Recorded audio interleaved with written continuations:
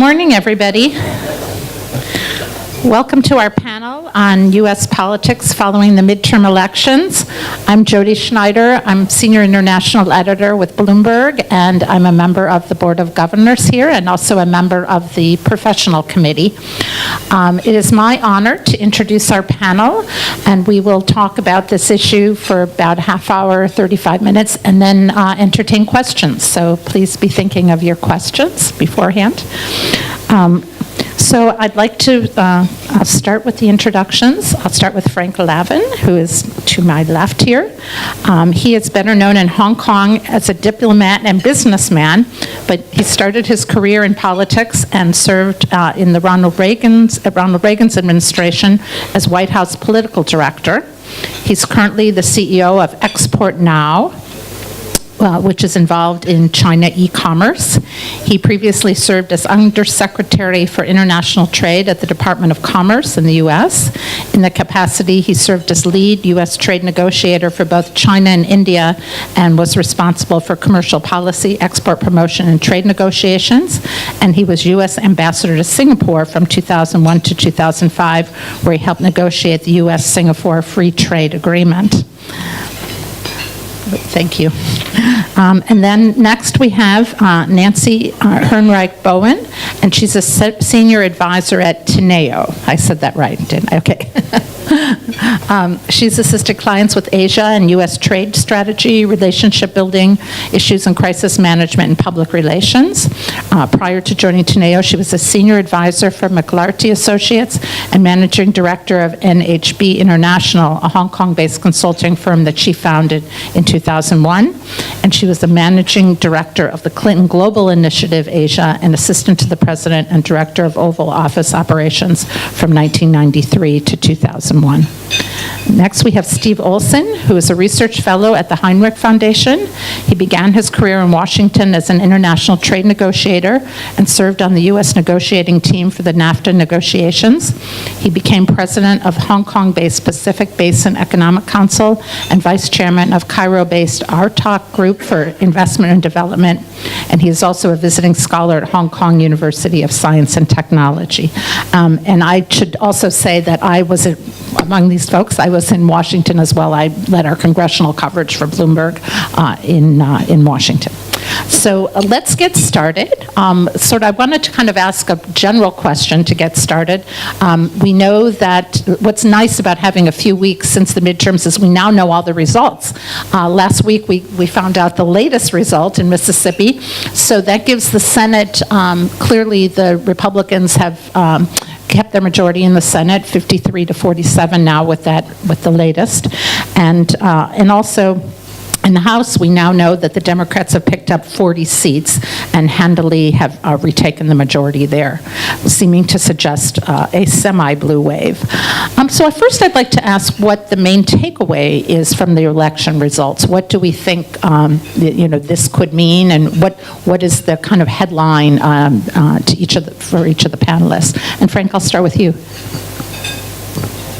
Thanks, Jody, and thanks everybody. Glad to be back at the FCC. Look, my main takeaway was that it was a good day for the Democrats, and I guess the suggestion from that was if you do things right, you can prevail. Would be the message to the Democrats, that they had, I thought, very strong success with candidate recruitment. They had money advantages. They had passion in their base. They were maybe didn't have. They were able to harness anti-Trump sentiment successfully. So they had several indicators. Trump had some success because his base stayed intact, but his base was never a majority to begin with. He had a strong economy that he could talk about, and he had some terrain advantages, in that of all the Senate seats up, Republican Senate seats up, only one Republican senator was defending a seat in a state carried by Hillary Clinton. That was Dean Heller in Nevada, and he lost. So the point is, Republicans had, in a sense, a home court advantage, and they took advantage of that. But I think it's a reminder for Democrats, go back to basics and look for quality and messages that resonate, and you can have a good day if you're sort of disciplined about your approach. Good. Nancy?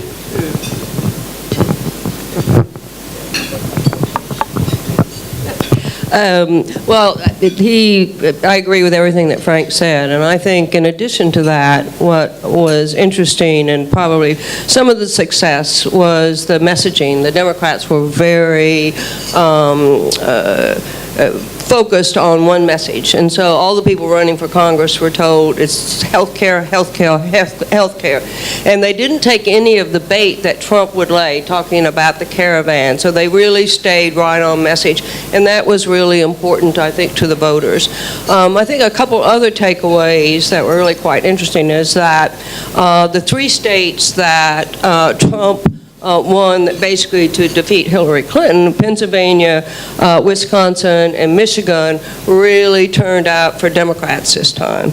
And I think there were a number of other particularly interesting elections, especially in the gubernatorial races, where a very Republican state of Kansas, Chris Kobach was defeated for governor, and in Wisconsin,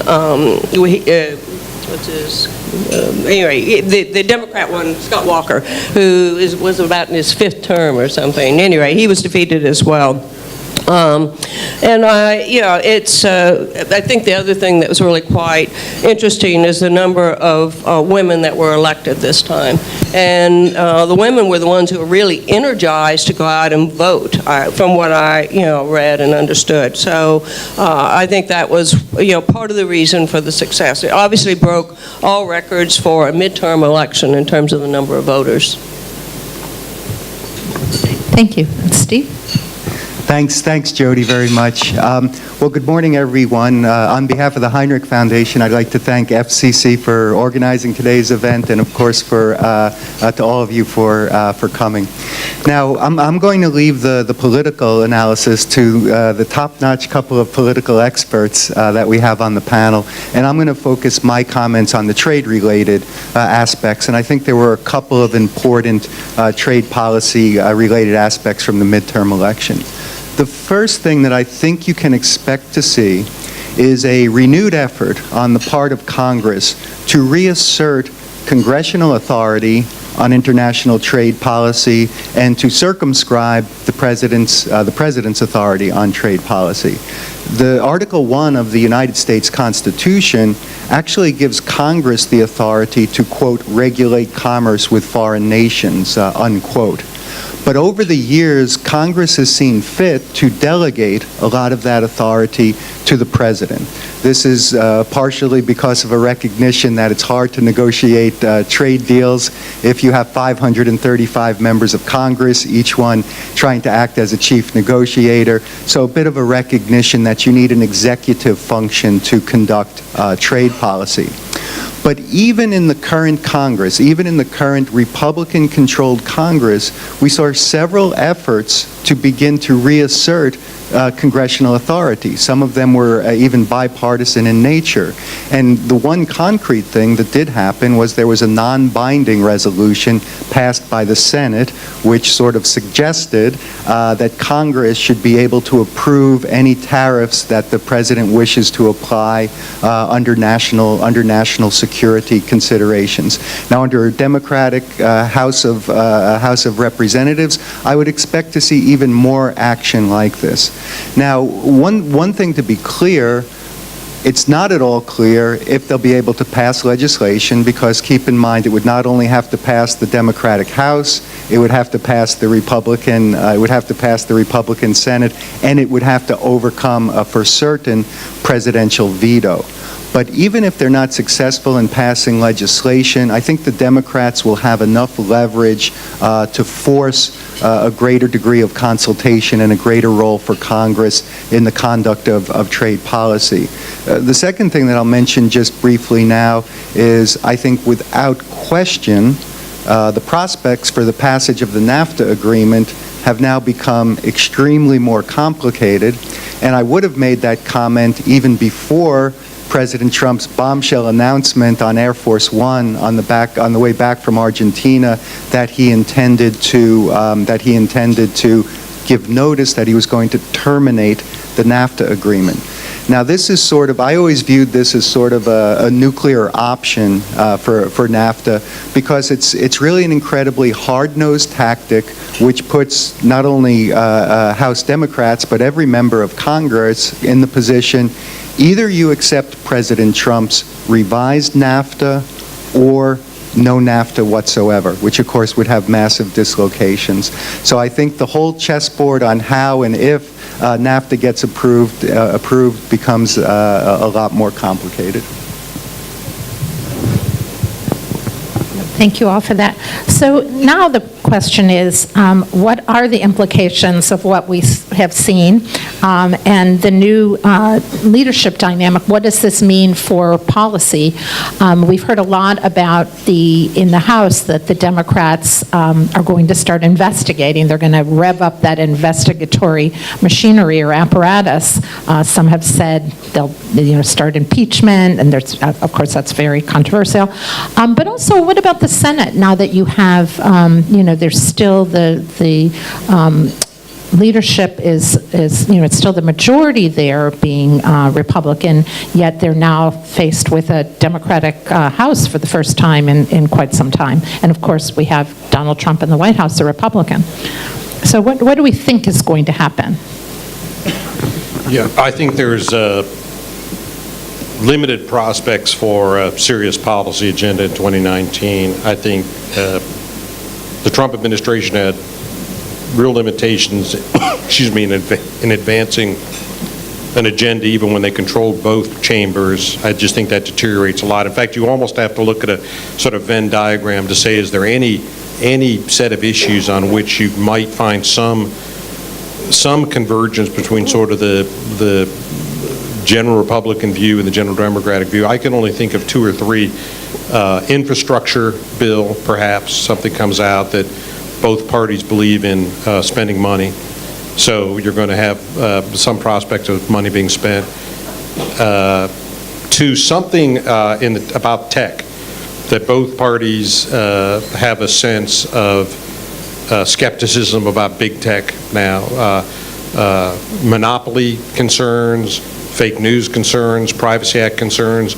So there is sort of a tech backlash in the United States, general sentiment that hasn't yet translated into legislation, but I wouldn't be surprised if there's some moves on that front that are bipartisan moves. Interestingly, trade can be bipartisan, but it's typically negative when it happens. It's typically hostility to trade that's bipartisan.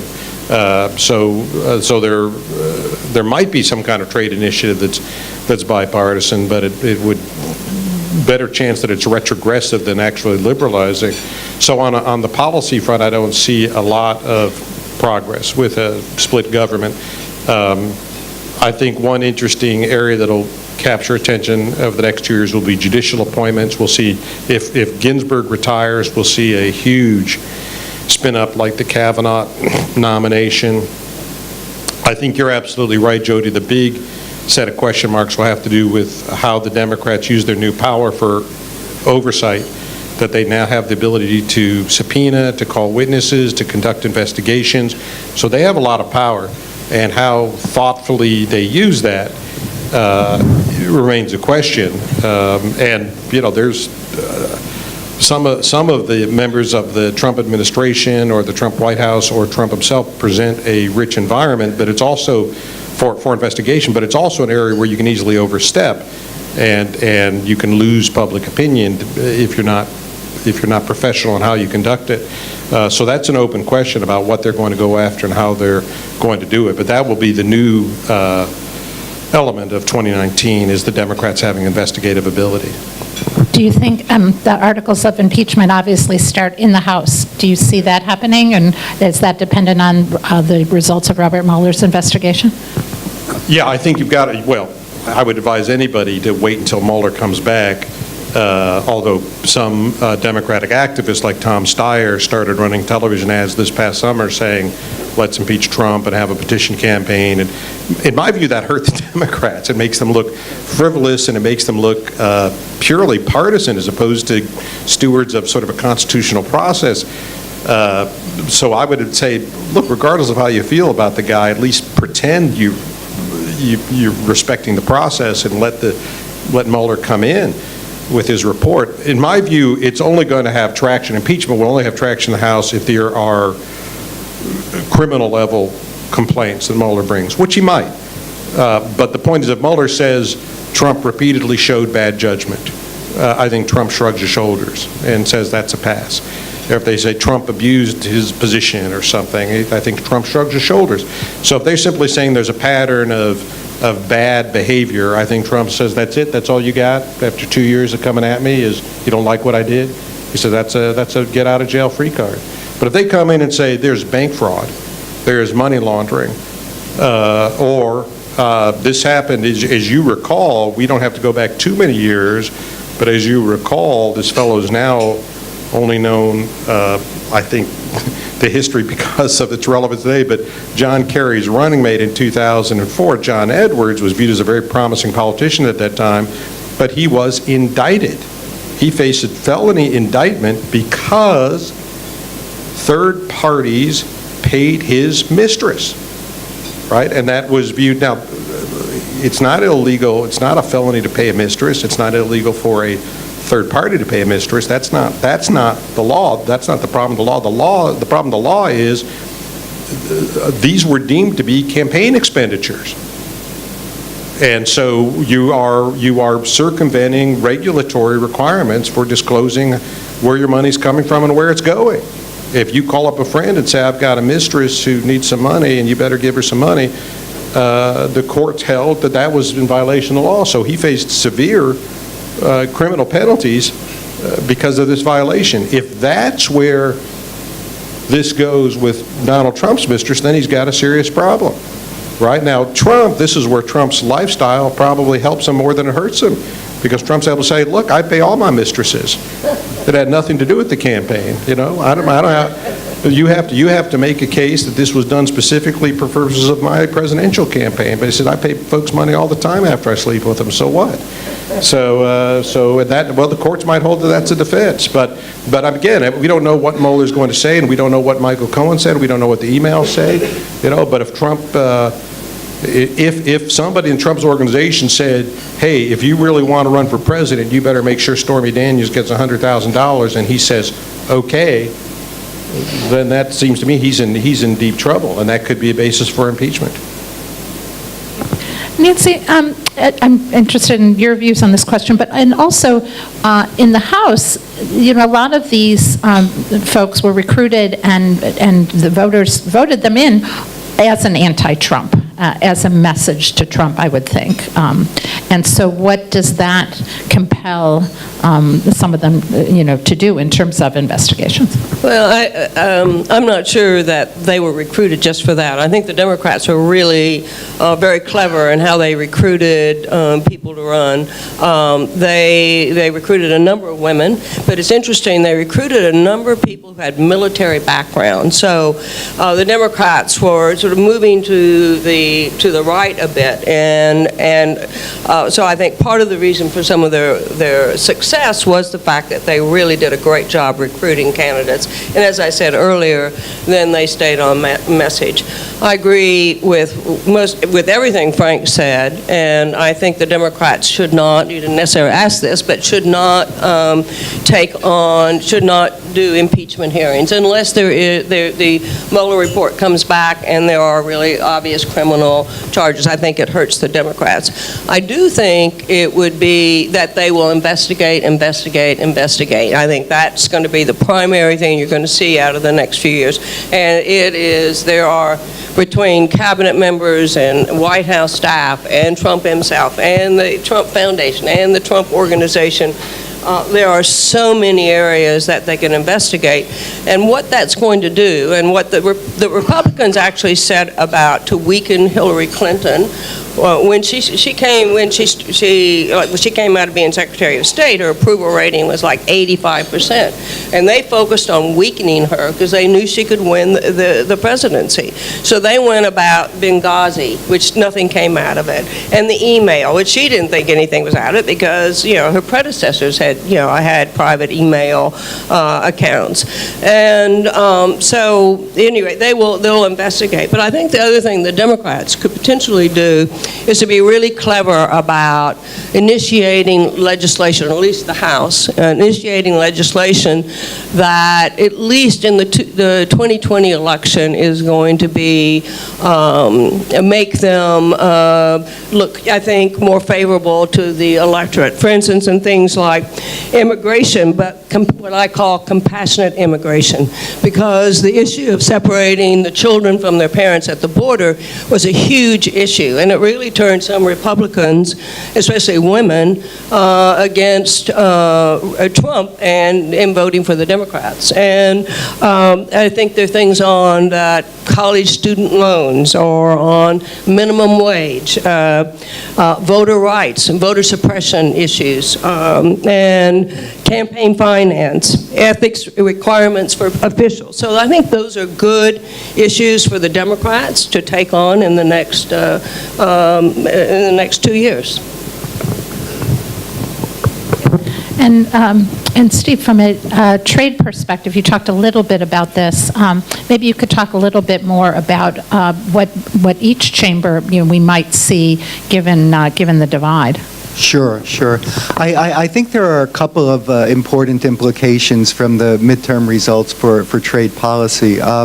This is probably, in fact, a fairly sad commentary on where we are in the U.S. political system, but the fact of the matter is, one of the few areas of bipartisan agreement, cutting across from left to right, Republican to Democrat, is a much harder trade stance vis-a-vis China.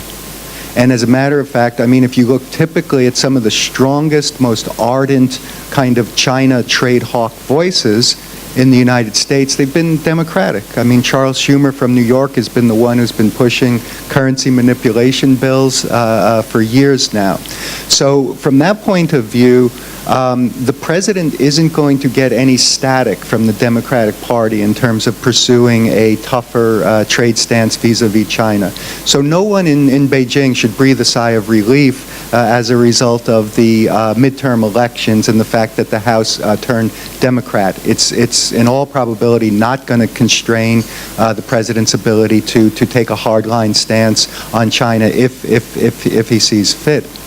The other thing that I draw your attention to is, there's some potentially very, very, very significant economic ramifications for the United States as we move closer to this NAFTA showdown, because the president is positioning things so that it is, in fact, going to be a binary choice, a take it or leave it, my new NAFTA, which interestingly enough, we've got the traditional support from the Democrats on the labor and environmental provisions. More recently, believe it or not, there's been some opposition coming from more conservative Republicans who are now objecting to some of the gender identity language that has been inserted into the new NAFTA. So I really want to emphasize, approval of this agreement is not a slam dunk. And if they don't approve this agreement and the existing NAFTA goes away, the economic repercussions of that, could be quite massive, because you might love NAFTA or you might hate NAFTA, but NAFTA has been in place for 24 years, and a number of industries now, you can't even meaningfully draw a distinction between American, Canadian, and Mexican companies, that the border is so deeply integrated. And if you look at the automotive industry, it's not just a question that we don't have American-built cars. To be honest with you, I'm not even sure if you can even build a windshield wiper in one country. I think a windshield wiper, the rubber gets put on in Mexico, more processing in the U.S. than off to Canada. So don't underestimate how deeply integrated the North American continent has become in the wake of NAFTA. And if the result of this showdown on NAFTA is NAFTA goes down and we're left with nothing and we revert to the pre-1994 world, that's that's going to have very significant economic impacts. Thank you for calling it NAFTA and not that new horrible acronym that no one can pronounce. So I wanted to ask a little bit about, everybody obviously is looking to 2020 now, not only for the presidency, although the Democrats don't seem to have a front runner or a candidate, but also Congress. You know, the minute, I used to love talking to people in Washington, that you'd congratulate somebody on winning their seat in the House or, you know, the Senate, and they'd say, yeah, no, I have to start running again, particularly the House, because you run in 2 years. And the map will be harder for the Republicans than it was this time in the Senate.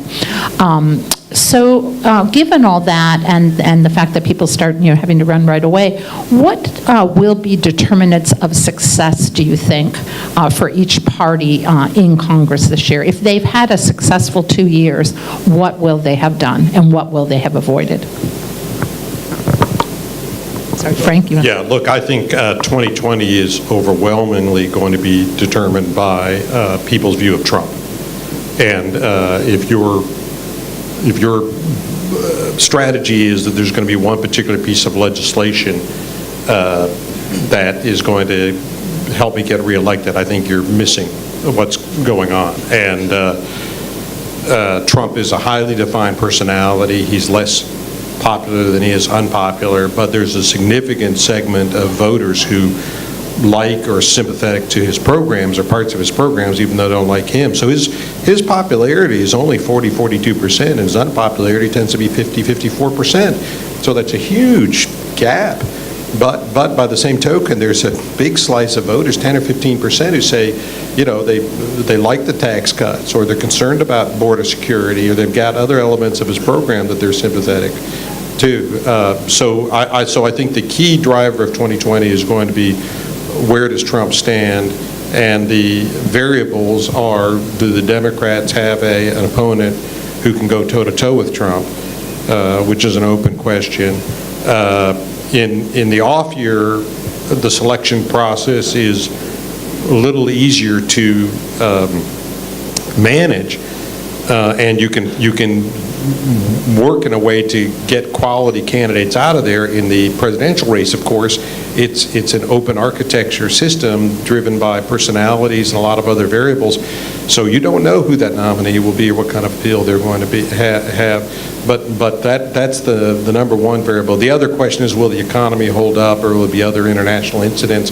But that's an imponderable at this point. I think it's can the Democrats get someone who can speak to working class whites, which were the big swing voter that Trump took away from the Democrats last time? Can they win that group back? As Nancy suggested, boy, if you look at some of the industrial states' activities, the door is open to that. It certainly happened last time at the state level. Can they repeat that at the national level? The candidate depends on the nominee.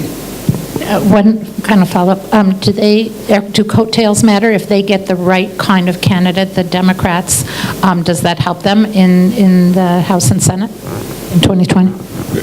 Yeah, sure. You'd rather have a headwind than a tailwind, and there's no doubt that Trump's lack of popularity cost some Republican seats this past time, traditional Republican neighborhoods where the Republican candidates themselves were not offensive, but clearly people were just unhappy with Trump, and the Democrats had a presentable or plausible alternative. So Republicans might be fighting a headwind because of Trump's popularity, but we could see a repeat of 2016, meaning saying, look, Trump's got all these negatives, all these reasons to vote against him, all these things I don't like about him, but the Democrats went left. The Democrats went with someone who, you know, class warfare, identity politics, let's abolish ICE, and they said that person's even more objectionable. So I'm going to hold my nose and vote for Trump, or I'll stay home, and it turns out to be a slightly Republican year because the Democrats didn't get in the game. And Nancy, what do you sort of see looking to 2020? Well, I absolutely agree with Frank in that at least on the presidential level, it depends on who the candidates the Democrats put forward. And that process, as you all know, is done through various primaries or caucuses, and so there isn't a concerted effort to pick one candidate to move a certain way. I have a list of about 50 people who've expressed some interest, or there's been some conversation about them running. And if all 50 get in, and then it'll be a bit chaotic, to say the very least. So you just cannot tell who is going to emerge from that. I think the mistake would be, I think as Frank, is to get someone who is too extreme, too progressive, too far to the left. I think we have to have somebody somewhat middle of the road, because I think that will motivate the voters who voted in this last election. And it was interesting, again, as I said, I think the Democrats, there were some progressives who were elected, but the Democrats made an effort of recruiting for basically Republican seats on people who were much more conservative, military people, CIA, et cetera, and then on the message. But and then I think, so that'll be the biggest thing. I think the other thing will be what comes out of Mueller, the Mueller investigation, and then talking about the Senate that time, I think we're not, the map regretfully doesn't look very good for the Democrats in 2020 to carry the Senate. There are more Republicans up this time, but they are in extremely conservative states. And so I don't really see a way, and for what I've read, it's going to be almost impossible for the Democrats again to take control of the Senate. And we'll see what they do in terms of what kind of candidates, but looking at the states, it looks, pretty bleak as far as I'm concerned. And Steve, from a trade perspective, what would be success for either party? I think from a trade point of view, heading towards 2020, the real wild card is going to be what plays out in the U.S.-China trade relationship. Now, if the process, which was begun in Argentina, I should start with a side note. My personal analysis is I don't think the trade issues between the U.S. and China can be meaningfully addressed, can be meaningfully resolved, or even meaningfully addressed in a 90-day period. However, it is entirely possible that in this 90-day period of negotiation that the countries are embarking upon, that they could reach a symbolic, a superficial agreement that would allow the president over Twitter to kind of proclaim victory and announce that the trade war is over and we won. If that happens, if that's the way it plays out, that's certainly a major victory for the president. However, if that doesn't happen and the trade's tensions drag on and even escalate, it's going to be very, very interesting to see how that plays out politically, because the point of view of the Trump base right now, and in particular the agricultural community, seems to be, we don't like this, we're feeling pain, but we're willing to give the guy the benefit of the doubt to see if he can pull this out. And if we have to suffer some short-term pain for long-term gain, we're willing to do it. But when does the tide start turning on that? When does the economic price increase to the point that people are no longer willing to give the president and the president's trade policies the benefit of the doubt? That's going to be an important dynamic, and it sets up the possibility that, I mentioned earlier that a tougher stance on China is an area of bipartisan support. Depending how this breaks, the Democrats might actually be able to attack him for not being tough enough on China. Look, you still haven't brought this to a resolution. There's a lot of suffering taking place across the economy. So heading towards 2020, I think the real wild card is how things are going to play out with U.S.-China on trade. Okay, before we go to questions, I just wanted to ask each of the panelists, there's so much written, and we all are focused on so many things, but what is one person or issue or policy or something we should watch, and maybe something we are not thinking about? All right. Nancy, the hot potato has been passed to you. I think I went through most of those earlier when I talked about issues that I think the Democrats should address in the House and would position them. I don't think they're things that Trump would particularly support or that the Senate would support. I think health care and what they can do to strengthen the Affordable Care Act is a big issue, and I don't think it's going to get any kind of Republican support whatsoever, but it's extremely popular in the American public. So I would say probably health care still, but I think there are other issues out there in terms of minimum wage. I think it's interesting on how important the issue is on student loans and what a difficulty that is for most people. So, but primarily I would say the biggest issue is going to be on health care. Okay. Steve? A short and sweet answer, U.S.-China. Okay. Yeah, Fred? I'd say something that's intrigued me now for 2 or 3 years. It's not one single incident you have to watch because it's sort of a movie we're all watching. But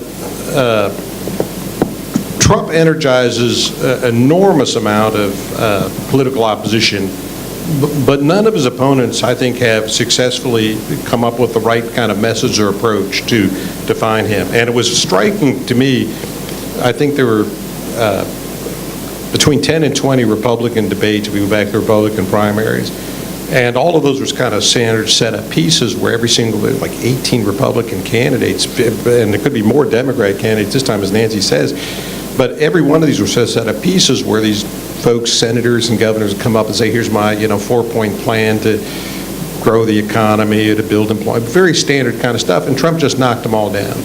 And every once in a while, someone would try to go to him directly and call him on something, push them, and he knocked those guys down. And then the general election was kind of the same. Hillary Clinton sort of the same, says, I've got a 5-point plan to help the economy or whatever, and he'd just swat that away. And she'd challenge him on stuff, and he'd swat that away too. So he's very good at responding to these charges or deflecting assaults or so forth. And nobody's come up, even in the midterms, I think, come up with, well, what if you were sitting down with the Democratic nominee and said, good luck, you're here, you've got an even shot at winning, how are you going to position yourself? And you've got 3 or 4 kind of schools of theory. You've got the I'm going to be as angry as Trump school. I'm going to match him. I can be a populist, I can be a grievance candidate too, and I can do rallies too, so I can go toe-to-toe to him tactically. That's a whole school of behavior on the Democratic side. You've got the real ideologues who say, you know what, I hold the truth, and the truth is my view of the economy and the way the world works, and if I just sort of yell louder, I'm going to beat him because I hold the truth. So the sort of the Jeremy Corbyn wing of the Democratic Party is out there. But boy, I wonder, is there anything else out there? Is there any other set of tactics about how, if you were going toe-to-toe with Donald Trump or had to advise someone who was going toe-to-toe to Donald Trump, what would you advise that person to do? And I'd say, boy, you got to be very, very careful about the typical political approach, which is let me build a case, let me give you 5 reasons why he's not doing a good job. He'll dominate that debate. He's very good at dominating the moment. So be very careful about just sort of the frontal assault, and I'm going to build the case, and I'm going to treat this like a moot court competition or something, or high school debate. We've all done these things. You better be thinking 1 or 2 moves ahead in the chessboard about how to do this. And I haven't yet seen it. There might be an answer out there, but boy, I sure haven't seen it. And what you really hear a lot of people on the Democratic Party say is, I'm going to do everything I did 4 years ago, but I'm going to do it better this time. And people know him this time, and they're fatigued. You say, maybe all of that's true. Maybe all of that's true. All you have to do is say, I'm going to be like Hillary Clinton, but with fewer flaws or smarter or more adept. Fine, maybe. And maybe people are fatigued by Trump. He does fatigue us all. But I said that for the entire year of the Republican primary. I said, you cannot possibly do this every single week, even if you had a good debate or a good moment. There's so many odd things he's saying or odd behavior elements here. This cannot possibly persist. And he's got a staying power that I think people who don't like him make it easy for people to underestimate this guy. And there's no reason to think that despite all of the fatigue or problems or beset, that people say, you know what, but we got 3% growth. We know he's a bit of a buffoon, but all presidents say crazy things anyhow. And I kind of don't care, and the Democrat's just an unappealing person. So I'll vote for Trump. Right? And I would not be surprised if he wins re-election. On that note, we'll take some questions. We have time for questions. If you could, I think there's microphones that'll come around. If you could identify yourself and your news organization or company, if you have one when you ask a question. Yeah, right here. He'll bring you the microphone. My name's Jeremy Levy. I'm a lawyer. I work for a company called Robertson's. Following on, Frank, from what you were just saying, which potential Democratic candidate do members of the panel think would be most likely to be able to defeat Trump? I'll tell you, conceptually, I think it's going, this is maybe an obscure reference, I think it's going to be like the Souter nomination to the Supreme Court. This is a Supreme Court justice who, whatever you think of the guy, but he got through the nomination process the best because little was known about him. So I think you almost want to say, I'm going to serve as the repository for anybody who's got any problems with Donald Trump. I am going to be a worthy steward of your concerns, which is very different than saying I'm ideological, I've got an agenda about where America wants to go. So you've got to be somewhat elastic in your presentation and somewhat little known. It's not going to be, you're not going to reward the person who says, I've got the best resume or the best track record. And indeed, that was the Democrats with Obama. First time out, he's not running on his record, his legislative accomplishments. He presents well, and he can be a repository for your views. And indeed, his slogan is hope, right? He gives a great speech. He's a charming guy. So we can all feel good about this guy. But I would say find somebody like that who is very presentable, has no rough edges, inoffensive, and anybody at all who says, I've got a concern about Donald Trump, to say, you know what, you've got a chance for a better life in America if you put your hopes in me rather than Donald Trump. Let me just add, I think that generally makes a lot of sense. But I also think what we've got, what the Democrats need, the kind of person the Democrats need to put forward is almost not someone who's as outrageous as Trump, but somebody who is extremely charismatic, who is a bit outrageous, who is, is not so, Hillary was so controlled, and I think you cannot have someone who's so controlled. So there are people out there, people say, oh, there's no way in the world that it could happen, but people like Rahm Emanuel or Terry McAuliffe, people I know pretty well, who have really not a lot of filter. They are who they are all the time. They really care about the people. They're not selfish, and they're not crazy. And I think people do worry about Trump and worry about his stability and some of the responsibilities he has. It can make people a bit fearful. So if there's someone who can show they really care about people, who can go, toe-to-toe with him, I think you can't be weak. I mean, the whole great Republican, number of candidates the last time, and they all did poorly. He had nicknames for everyone, and I know someone who was his communication director, and that was a game. They would come up with the nicknames, and that's what stuck.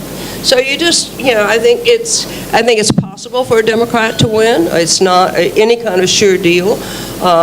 He has never gotten basically much above 40% approval rate. He certainly has not made up to 50, and no president has been reelected with not being able to reach that level of approval.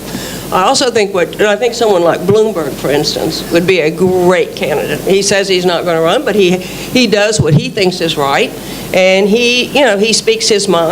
And having spent a little bit of time around him, and some years ago when I was in Washington, the guy is always who he is. He's honest. He doesn't care who's in front of him. He says what's on his mind. And I think the Democrats need somebody like that, and who has some charisma too.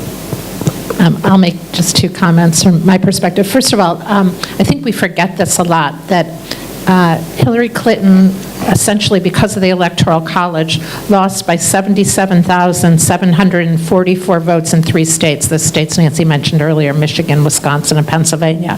If she would have had 78,000 votes in those states, she would have been president. That's how divided it is, and we do have the Electoral College, and it's not going away, so the map becomes very important, and figuring out that map for the Democrats it's extraordinarily important.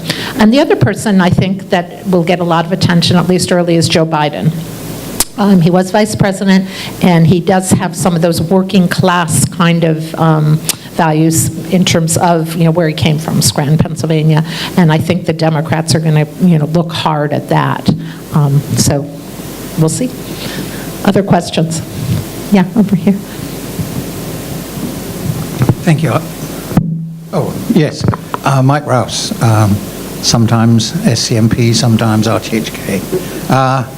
I would like to go back to the thing about health care, because all through 2016, Trump kept saying, repeal and replace, repeal and replace, repeal and replace. He hasn't repealed it. He tried. He and Republican governors have been nibbling around and trying to undermine it as much as possible. Interestingly, some of those governors seem to have had a conversion when they saw how popular some elements of the Affordable Care Act were, and actually quietly adopting them and reversing themselves what their previous public position was. So if I were the Democratic candidate, I would run on health care, and I would say repeal this president and replace him with me. And that would be my slogan right the way through 2020. Is that enough by itself? And bearing in mind what you said about them staying on message this time. I don't think it's probably enough. I think people will expect more out of the candidate, but I like that approach, though. And I do think health care is the #1 issue. But I don't think you can run on one issue. And there are so many factors that are going to be involved in this election.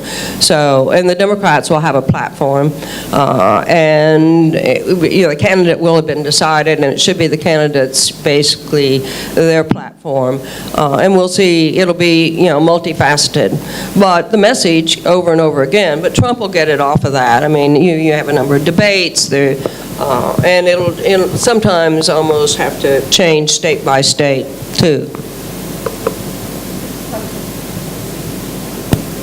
Over here. Thank you. Thank you. My name's Simon Cox with The Economist magazine. Why was there a trade truce in Buenos Aires? What changed in the weeks leading up to that summit that made it in their interests to do a deal? I think it's hard to know for certain, but I'll give you a bit of informed speculation. I think what brought us to that point was probably the conclusion made on the part of both parties that it no longer made sense to continue to escalate that fight, that the costs, or at least the potential costs, were starting to get into the red zone, and that now was an appropriate time to kind of reduce the temperature a little bit, at least take a deep breath, if for no other reason than to gather yourself for a renewed fight at the end of 90 days. But as best as I can tell, I think both sides reached the conclusion at this stage in the game, better to try to reduce the temperature, at least temporarily. I just add to that, look, this is consistent with what we saw with Trump with NAFTA and with his South Korea negotiations. He loves the theatrics. He loves causing turmoil and causing as much unhappiness as possible. So he loves going to Ottawa and saying, NAFTA's a disaster, and you've hurt the U.S. economy, and you've been bad, and now I have to punish you. So he revels in that. And Justin Trudeau is, a willing, counterpart for. He's a willing foil for that. I mean, it's really, it was like a perfect love-hate relationship. And I've been for several months. It's come a little closer, Justin. I want to tell you something. Bam. And I said, no, this time I want to tell you, I'm not going to hit you again. Come here, bam. And he said one more. And so, but she is more methodical and more balanced, and China's not going to respond like Canada. So they took a very measured view of the chessboard and said, we don't want to engage this guy in this tits for tats. Let's observe a few ground rules here. Don't denigrate Trump. nothing personal, don't turn it into a broader assault on the U.S. or what people are unhappy about. Don't personalize it, don't insult the guy. And Trump, to his credit, always made a point to praise Xi, so there were a few ground rules there. And I think it just played its course, is to say, all right, Donald, you've done a marvelous job of creating all this turmoil. You've done it. Are we ever going to cut a deal on this thing? And the big barrier with China vis-a-vis, as opposed to NAFTA or South Korea, is, look, you didn't have an internal U.S. administration consensus on what the hell you wanted. You had people much more ambitious that say what we seek is the complete restructuring of the Chinese economy. They have a national industrial policy, they have a 2035 policy, they're picking winners, and we don't find that acceptable, and we want that to change, which I'd say is, well, that's broadly unrealistic that you're going to get that in the course of a trade negotiation. The people simply said, look, we've got a series of tariff issues and IP issues, and we want this stuff fixed. Right, so they didn't even have internal consensus. So I think you had to play out of the last few months. A lot of that was the internal jostling, right? But Trump, I think there are two key drivers of Trump on China at this point. We saw this at the G20. One is he fatigues. He fatigues, right? There's, novelty's important, theatrics are important. If that's what drives your view of public policy, then after a while you say this is back to your point on healthcare. I mean, after a while, you say, just not that interesting anymore, right? So one is it fatigues. Two is he must be the hero of his own story. He must be. So he is going to both be the arsonist and the fire marshal. He says, I'm going to light all the fires, and he said, guess what? I'm putting out the fires. So we've got to have that unfold over the course of next year, right? And I think China's just watching it. China's going to respond. They're going to do some things. But what we see, if China's true to type, China is now going through their own internal pricing mechanism where you say, look, we've got to put enough on the table to keep this conversation going. We had some liberalization we were planning on undertaking in any event, and we might be prepared to do a few things in order to get this guy out of the room. I mean, in order to wrap this up, we don't mind making some moves. But what we don't want to do is be involved in an open-end series of, friction-filled moments. So we've got to have some kind of methodology and some kind of process here where we're doing what we can do in a way that we're comfortable with as well. And that pricing mechanism is what we hope unfolds over the next 90 days. We have time for another few questions over here. Tony Watson from the Hong Kong Society of Financial Analysts, the local Charter Financial Analyst Society. This is more for Frank and Nancy. Demographics, particularly changing demographics. How are they going to play into U.S. politics for the next couple of years and ultimately the 2020 election? I'll start on it. I think there's obviously the baby boomers are now, the first of them are in their early 70s, and there's some talk about dealing with the huge deficit, and a lot of that is caused by Medicare and by Social Security. So they cannot deal with the deficit and with that in mind, because of and these people vote, older people vote as a rule. So I think that'll play out. They can't deal with that. I think the other, we can talk a little bit about millennials and some of their issues, which I think the issues, and I think these are things that Bernie Sanders ran on. I think we have to do it somewhat cautiously, but the student loan issue is one of them, and free tuition. But honestly, because of the impact on the budget again, I'm not sure that we can take those on at that level. There may be some way for people to cleverly or to be able to fashion some way to deal with those issues that are important to millennials. But those are the two, I think, extremes that people will be in terms of demographics and age demographics that people will have to deal with. Women are a real force right now. But I don't know that they necessarily vote in a block, except against Trump. I think his behavior towards women has been a really motivating factor for women to get out and vote. So I think, in terms of that demographic, then that's an issue. No, I had a visitor, a long time, visitor I've known, a personal friend who I've known for many, many years, but hadn't seen him many years, and she'd always been a very active Republican, and she said, look, I registered as a Democrat.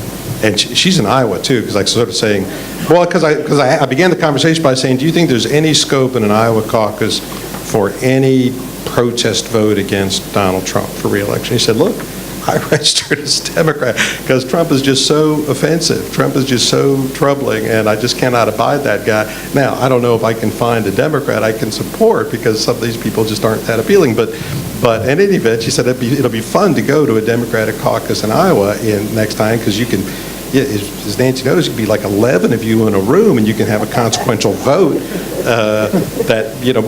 Waterloo, Iowa. Holy cow. So yeah, you ought to just show up because you're going to make a difference. Look, the nation is not that different than I think the Western European nations, with probably the main difference being immigration, and the Hispanic population balances off what would otherwise maybe be a slow decline in population and a more aging population. So we're probably similar to Western Europe with an important exception. But what's striking to me, the Trump effect in terms of demographics is, there was a significant group of the Republican Party, I think even a majority view, that said there ought to be some kind of budget discipline. There ought to be some kind of mechanism for trying to do away with government waste, or trying to have programs pay for themselves, or trying, even if it takes 10 years to get to a balanced budget or something. There's got to be something there to keep the fiscal. I think so. There's two key policy elements that Trump stole from the Democrats. One is protectionism, to say to hell with that. Why the hell should we be for trade? I mean, the American public aren't for trade. Why would you go out and hurt yourself every election cycle saying, let's remove trade barriers, let's increase opportunities for sales? Don't do that. So Trump made that change, and the party moved with him remarkably. The other is fiscal discipline, to say, look, every cycle some foolish Republican guy, some Mitt Romney type guy comes out and says, well, we're spending too much money and this program doesn't work. But we've seen this. You can pick the post office in America that has the fewest number of visitors and say, I don't know, there's like 3 guys a month use this post office, maybe we should close it. You say, you're a fool if you say that.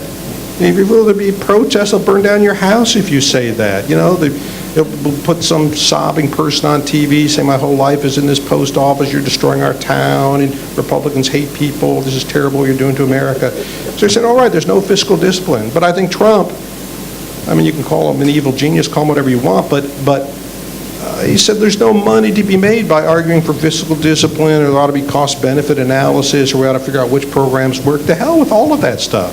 Just spend money. So there's not going to be any fiscal restraint from the public. There's some normal budget process, but nobody on the Republican side is going to say, let's try to trim some of these programs, or cut this back, or end this, or whatever. He said that's a fool's game. So I think what you say is every fiscal problem he inherited gets worse over 8 years or 4 years, and we've got it. But that's sort of where America is. Paul. Hi, Paul Pankhurst from Bloomberg. 2 related questions. What role do you think that climate change will play in the 2020 election? And, personally, what role do you think that it should play? Who wants to take that? Nancy? Well, I'll start with it. I actually don't think it'll play a role. I wish it did, but I do not think. I don't think it's top of mind of most American voters, and people probably do not understand it. unless something, even all of the extreme weather events, people are not responding to it. So that's my opinion. Frank, may have another view of that. And my own personal view is when I think of the things that make me angriest about Trump, then that is right in the top 2 or 3. And I think what he's done there, and the fact that he's trying to pull us out of the Paris Accords, and he just is, and he even is ignoring his own administration report on climate change. I just find it absolutely appalling, but I don't think anything's going to change. Yeah, I'm with Nancy on this. Look, a presidential re-election campaign is a referendum on the incumbent president, whether it's Obama or Reagan or Clinton. Are you more or less comfortable with this person, in which case you give them 4 more years, or do you think we can do better with this alternative? So that it's the ultimate bundled product. That you say, you can't simply say, well, there are 3 things I like about Trump, but 7 things I don't like. I mean, you say it doesn't matter. You have to aggregate this. There's one vote. You have to say, do you want him around for 4 more years, or can we do better with this other person? That's it. That's your only decision. It's a pass-fail kind of question. So every voter is going to come to their own calculus. But it's a little bit like the healthcare issue. It's not going to be one issue. Every once in a while, one issue dominates, but I think I've only seen that in wartime. I've only seen with George W. Bush in Iraq, where the Iraq War was viewed as so costly that it really hurt his popularity, or LBJ in Vietnam, where it said it was so, there was one issue and it was so painful that it defined his presidency, right? But I can't think of an example in peacetime where you'd say there's whole issues about there's one issue out there. So it's an aggregate kind of conclusion. And look, but I take your point far beyond climate change. I'd say the U.S. political system is defined by strong personalities and weak party structure, and it's defined by it's this huge continental polity, this massive, the largest media market in the world that is going to reward pugnacity and reward people's turn of phrase. And so does the advent of social media and cable TV and this phenomenon mean we're in an era that might be long-term where this kind of personality projection matters and somebody's competence or management and view toward the issues just doesn't matter the way it might have historically. It's not just climate change, but it's somebody's, back to my comment on Republican debate, somebody says, I've got 5 ideas about reducing school dropouts. And I think we can cut the high school dropout rate in half if we do these 5 things. If you said that and you're running for president, would there be an audience for that? But people will say, tell me your ideas and let's talk about how we can reduce that. What are we going to do to help single moms enter the workforce? Is there a role for government? Are we doing what we should be doing? Can we have a discussion on that? Do you think there's any appetite for that, for any thoughtful, methodical, purposeful, substantive discussion, right? It's extraordinary to me that we're, that old expression, we're in an era where the entire structure of communication seems to be cursing the darkness, and nobody says, well, let's light a candle. And the person who says it's, what we really ought to do is start lighting candles and start providing illumination, and there is probably a way to help single moms and reduce school dropouts and use government to allow people to have better lives. I just don't think there's an appetite for that discussion at all. So it goes way beyond climate change. We have time for one more question. Yeah, back here.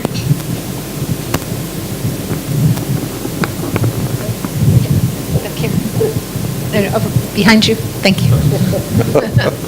Alec Tracy, Admiralty Harbor Capital.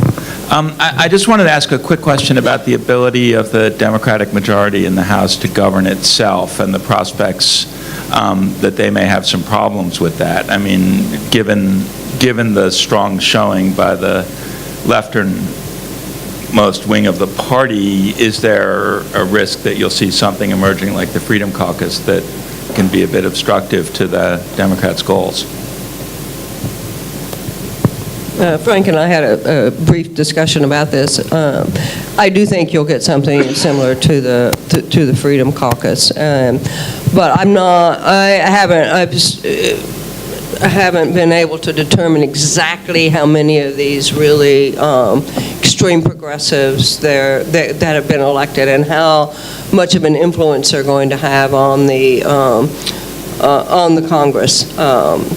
But I would say just knowing how the Democrats tried to recruit candidates and that they recruited what I consider probably more conservative candidates in terms of people in the military and who had been in this one, at least in the CIA, but there's a real effort to have recruited people like that. So while there are some extreme progressives, and I do think that they will be a force, and I do think there'll be something similar to the Freedom Caucus. I do think there already is the Progressive Caucus. I don't know all the caucuses the Democrats have, but there is a Progressive Caucus, and probably a number of them have aligned with that already. Well, on that note, I'd like to thank our panelists for their views, and thank you all for coming to breakfast. Thank you. Oh, we have gifts. Telling us what they are. Thank you. Thank you. Yeah, no, I think that went really well. We always get quick questions. We take a little every time, and then every time I'm like, there's never enough time for all the questions. So really frame it so well. Hey, Mark, how are you, man? Mark, how are you? Good to see you. I was about to take you up on that last one.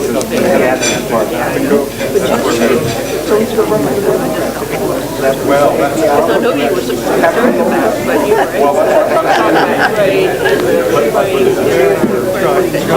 great.